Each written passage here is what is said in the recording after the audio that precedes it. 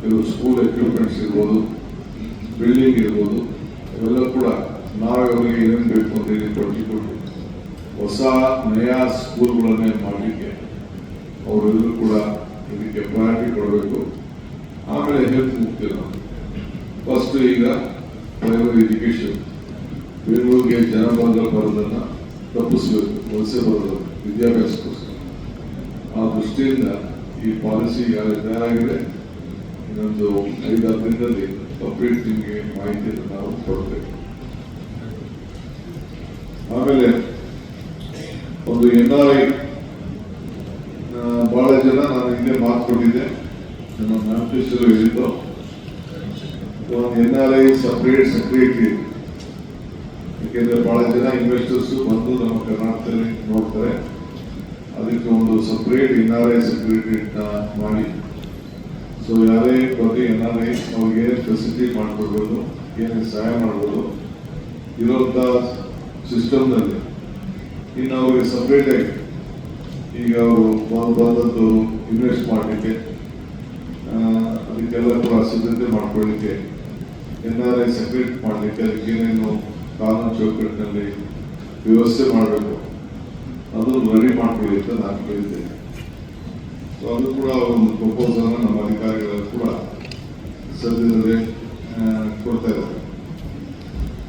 So ಈ ಕೆಲವು major decision ತಗೊಂಡು ಅವ್ರಿಗೆ ಆಡಳಿತದಲ್ಲಿ ಯಾರು ಕೂಡ ನಮ್ಮ ಮಂತ್ರಿಗಳು ಅವ್ರಿಗೆ ಶಾಸಕರು ಇಲ್ಲ ನಮ್ಮ ಸ್ಟಾಫ್ ಮತ್ತೆ ಹೇಳ್ತಾ ಇದ್ದೀನಿ, ಯಾವ ಪ್ರೆಷರ್ಗೂ ನೀವು ಗೀಡ್ ಹಾಕಬಾರ್ದು.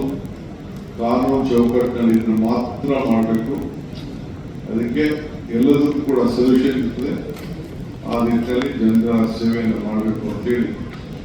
ಏಕೆಂದರೆ ಯಾವ ಇದಕ್ಕೂ ನಮ್ಮ ಮಂತ್ರಿಗಳು ಕೆಲವೆಲ್ಲ ಹೊಸದಿರ್ಬೋದು, ಹಳದಿರ್ಬೋದು, ಯಾವ ಒತ್ತಡದ ಮೇಲೆ ಸೈನ್ ಹಾಕಿ ಪ್ರಯತ್ನ ಮಾಡೋದು. ನೀವು ಯಾವ ಕಾರಣಕ್ಕೂ ಲೀಡ್ ಆಗಬಾರ್ದು ಔಟ್ ಆಫ್ ದಿ ಸಿಸ್ಟಮ್ ಅಂತೇಳಿ ಅವ್ರಿಗೆ ಹೇಳಿದ್ದೇನೆ. Free, fair, corruption free government ಕೊಡಬೇಕು. ಅದಕ್ಕೆ ನಿಮ್ಮೆಲ್ಲರ ಸಹಕಾರ ಬೇಕು ಅಂತೇಳಿ ಅವ್ರಿಗೆ ಮಾರ್ಗಸೂಚಿಯನ್ನು ಕೂಡ ಕೊಡಬೇಕು.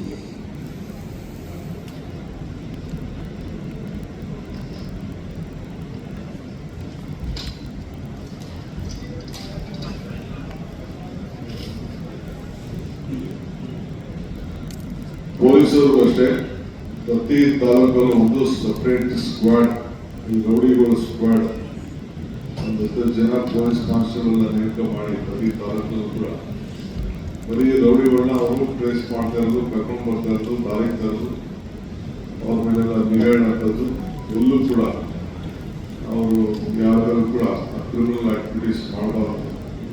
ಸೊ ಯಾರ್ಯಾರು ರೌಡೀಸ್ಗಳಿದ್ದಾರೆ, ರೌಡೀಸ್ ಚಿಗುರು ಹೊಸದಾಗಿ ಹುಡುಗರು ಹಳಬರು ಎಲ್ಲರೂ ಕೂಡ ಜಾಗೃತಿಯಿಂದ ಅವ್ರ ಬಗ್ಗೆ ನೀವು ಒಂದು ಸ್ಪೆಷಲ್ ಒಂದು ಕೋರ್ಸ್ ಕ್ರಿಯೇಟ್ ಮಾಡಬೇಕು ಅಂತೇಳಿ ಅವ್ರಿಗೆ ನಾನು ತಿಳಿಸಿದ್ದೆ.